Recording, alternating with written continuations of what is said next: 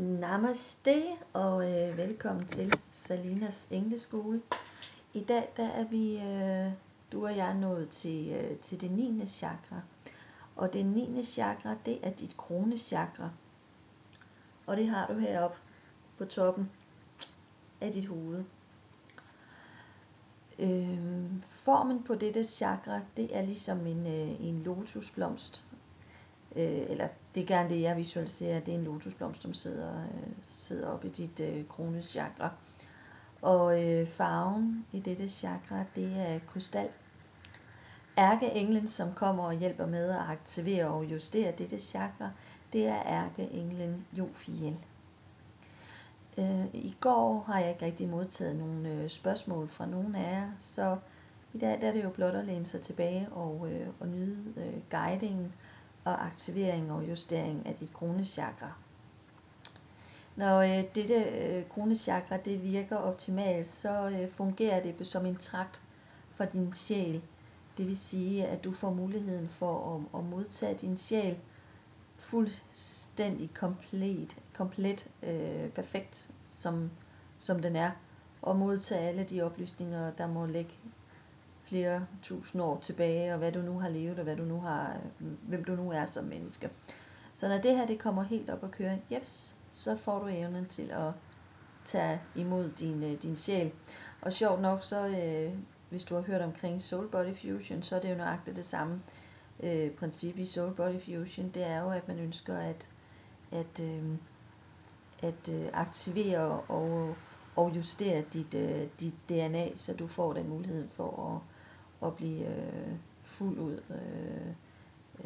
komplet som menneske. Så det er sådan set det, vi skal arbejde med i dag. Jeg vil bede dig om, at du sætter dig rigtig, rigtig godt til rette i den stol, du sidder i, eller sofa, eller hvor du nu er, og at du hele tiden har kontakt med jordens underflade, eller det gulv, der nu engang er under dig. Og så vil jeg bede dig om, at du lukker dine øjne, og at du sidder med dine hænder på låret med håndfladerne vendt opad. Og nu skal du rette dit opmærksomhed imod dit åndedræt. Du ånder ind igennem din næse, holder det lige et øjeblik og ånder ud igennem din mund. Ind igennem din næse og ånder ud igennem din mund. Ind igennem din næse og ånder ud igennem din mund.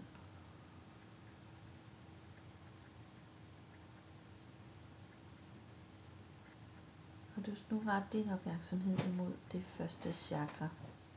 Og det første chakra, det er dit jordstjernes chakra, som du finder 30 cm under dine fodsåler.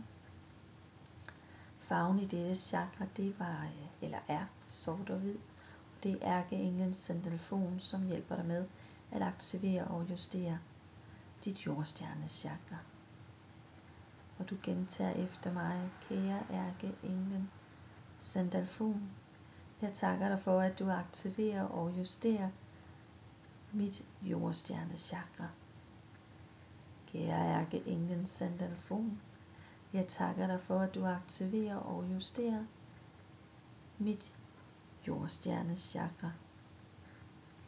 Kære ærkeenglen Sandalfon, jeg takker dig for, at du aktiverer og justerer mit jordstjernes chakra.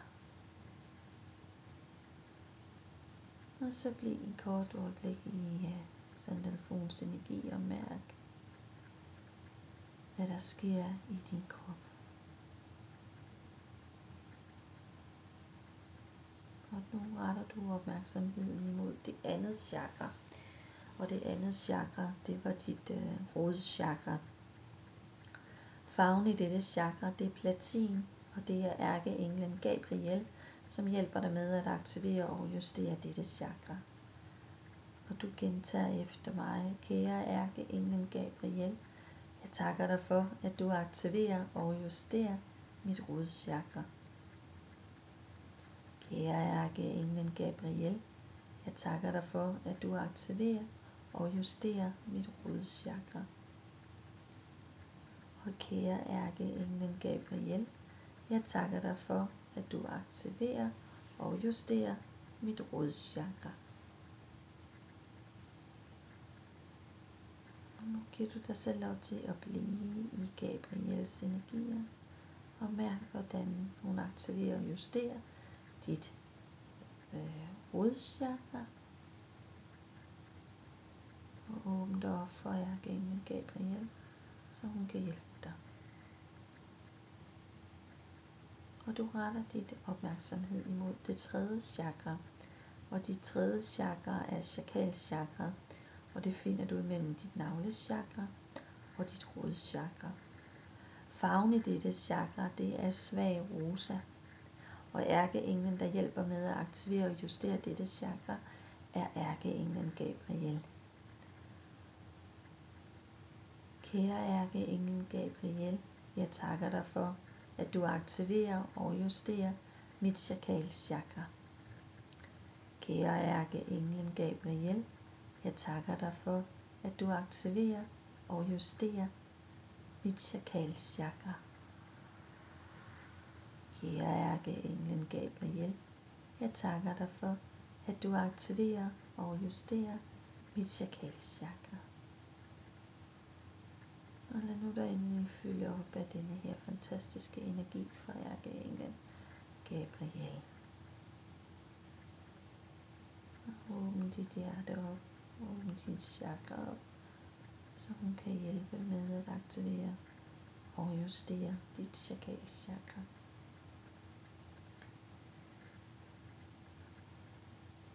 Og det fjerde chakra, det er dit navlechakra. Og farven i dit navlechakra, det er dyb orange. Kære ærkeenglen Gabriel,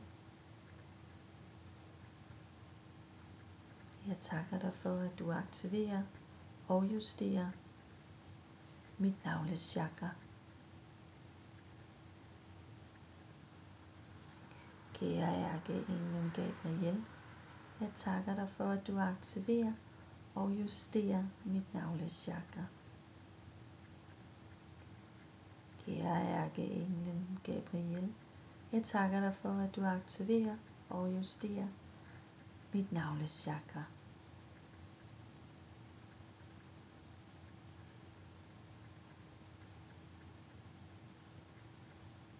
Og det femte chakra, det er dit solarplexus.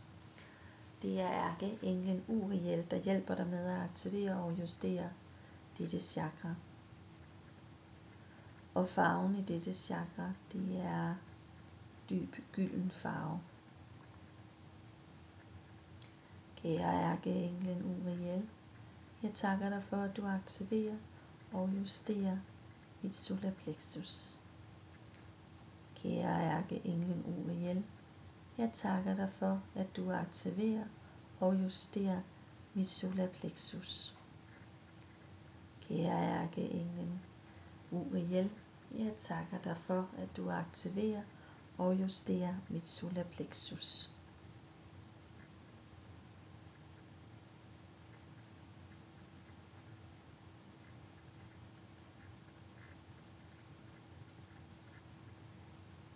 Det sjette chakra er dit hjertechakra, og det er ærkeenglen Samuel, der hjælper dig med at aktivere og justere dette chakra.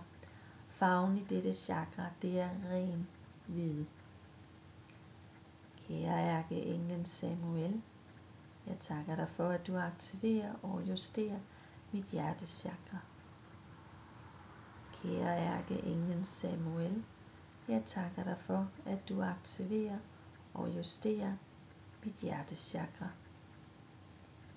Kære ærkeenglen Samuel, jeg takker dig for, at du aktiverer og justerer mit hjertechakra.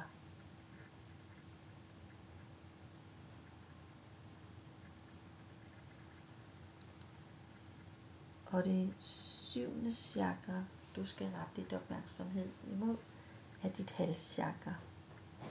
Det er ærkeenglen Michael, der kommer og hjælper dig med at aktivere og justere dette chakra. Og farven i dette chakra, det er kongeblå. Kære ærkeengel Michael, jeg takker dig for, at du aktiverer og justerer mit halschakra.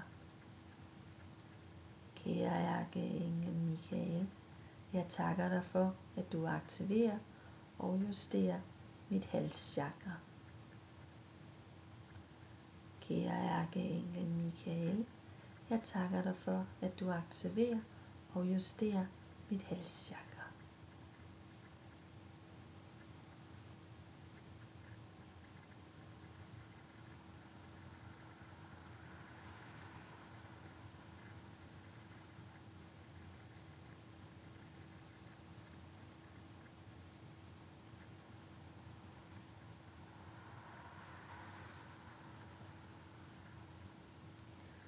Det 8. chakra, det er dit tredje øje, eller dit pandechakra. Det er ærkeenglen Raphael, der hjælper dig med at aktivere og justere dette chakra. Farven i dette chakra, det er ligesom krystal, klar krystalfarve, ligesom i en krystalkugle. Kære ærkeenglen Raphael, jeg takker dig for, at du aktiverer og justerer mit pandechakra. Kære ærkeenglen Raphael, jeg takker dig for, at du aktiverer og justerer mit pandechakra.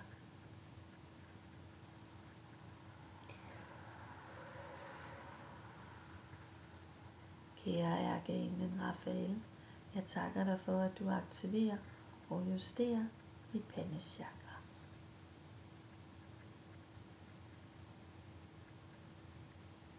Det 9. chakra, det er chakraet for i dag, som du skal ind og have aktiveret og justeret.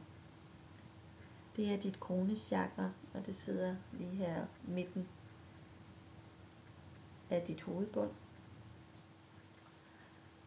Jeg visualiserer gerne en lotusblomst, og det er også den måde, den tit er repræsenteret på. Kronechakra er bliver malet som en lotusblomst.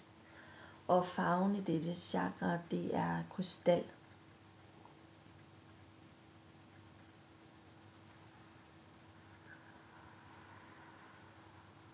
Og det er ærkeenglen Jophiel, som hjælper dig med at aktivere og justere dit kronechakra.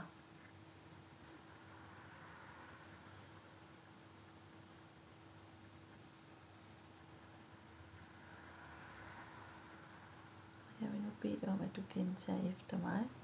Kære ærkeengel Jophiel, jeg takker dig for, at du aktiverer og justerer mit kronechakra. Kære ærkeengel Jophiel, jeg takker dig for, at du aktiverer og justerer mit kronechakra.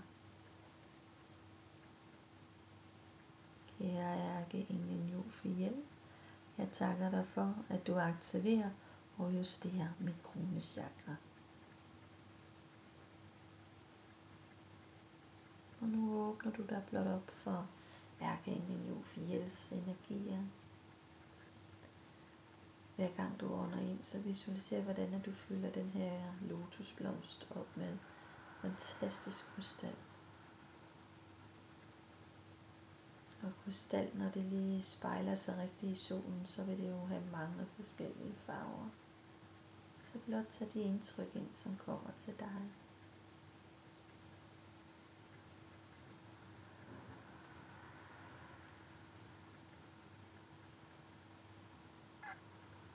Hver gang du ånder ind, så aktiverer du.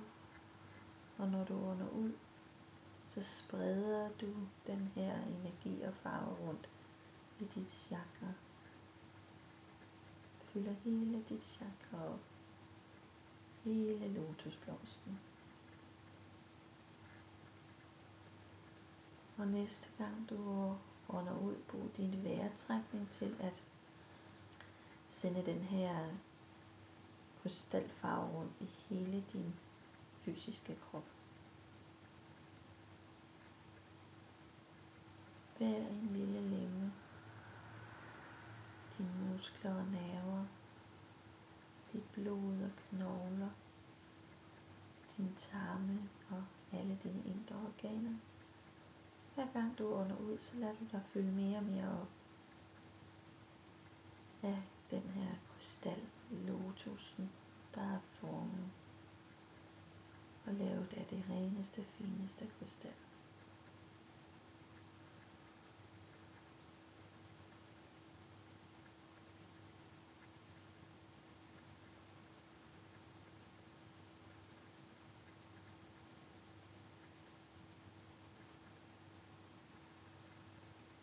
Åbn dig op for ærkeenglen Jophiel, som er ved dig nu, og som hjælper dig med at aktivere og justere dette chakra. Det eneste du skal, det er at åbne dig op, bruge dit åndedræt og have tillid til, at Jophiel hjælper dig.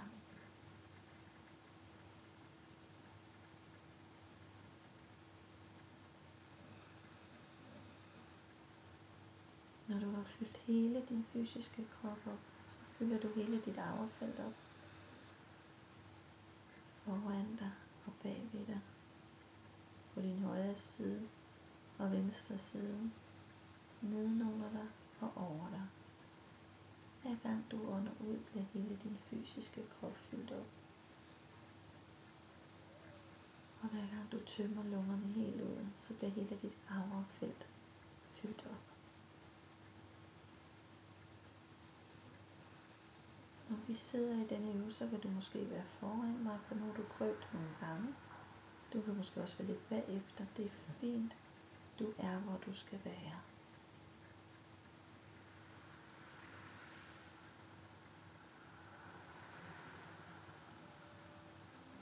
Nedenunder dig i det her fantastiske energi, der skal du nu visualisere en lyssøjle, der går fra dit aurafelt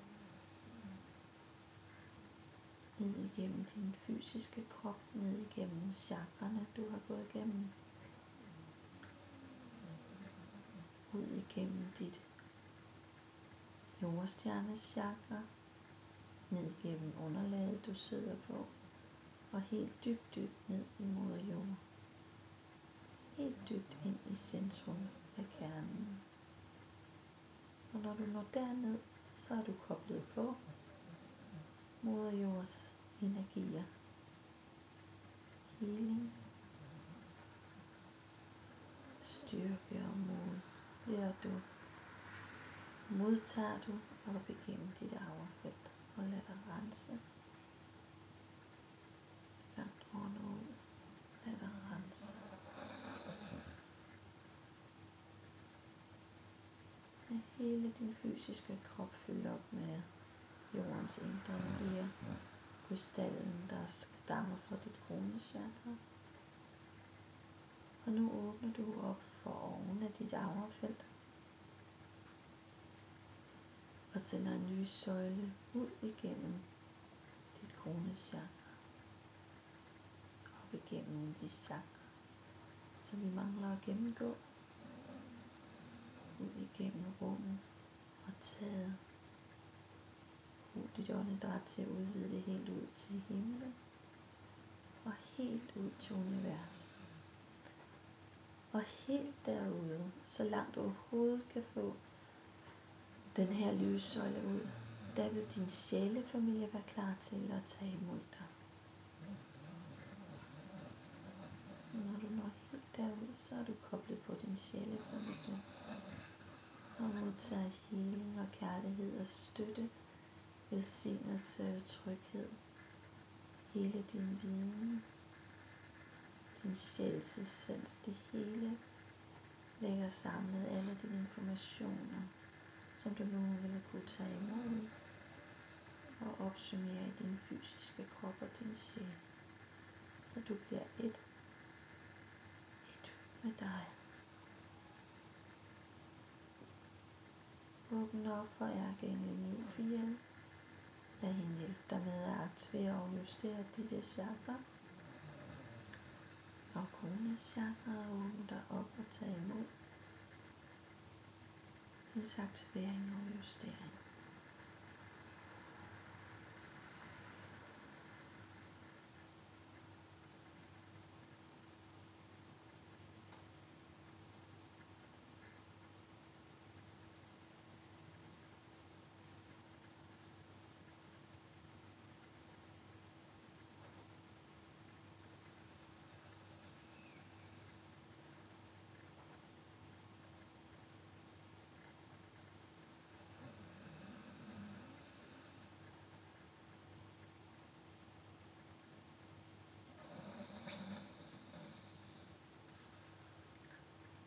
du nu vælge at gøre 3 ting.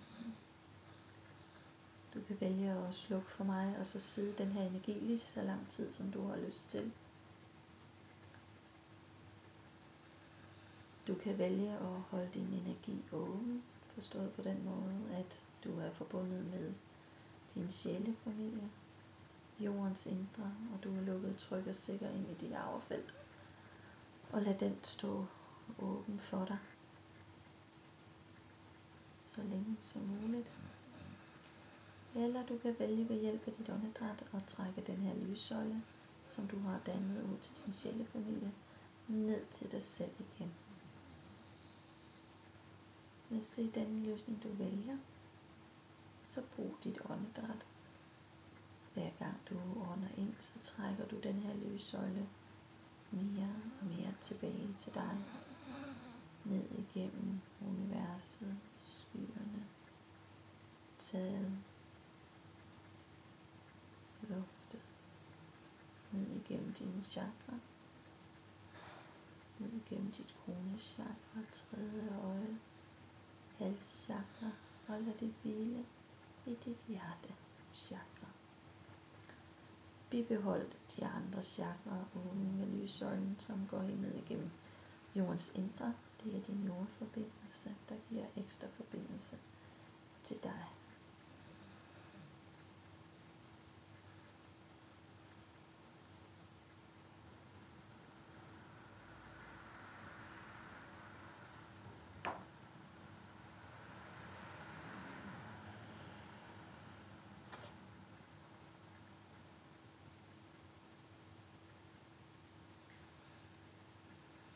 Og har du lyst til at slutte af sammen med mig, så gør du det nu. Det vil sige, at du stille og roligt begynder at få lidt bevægelse i dine fødder og dine hænder. Og lige så stille og roligt, så åbner du dine øjne og vender tilbage til rummet her.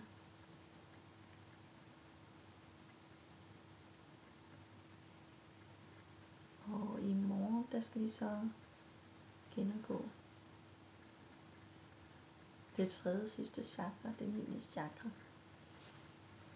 Det hedder kausal chakra, og det er ærkeenglen Kristiel, som kommer og hjælper med at aktivere og justere det. Indtil i morgen, så vil jeg ønske dig en fantastisk eftermiddag og aften.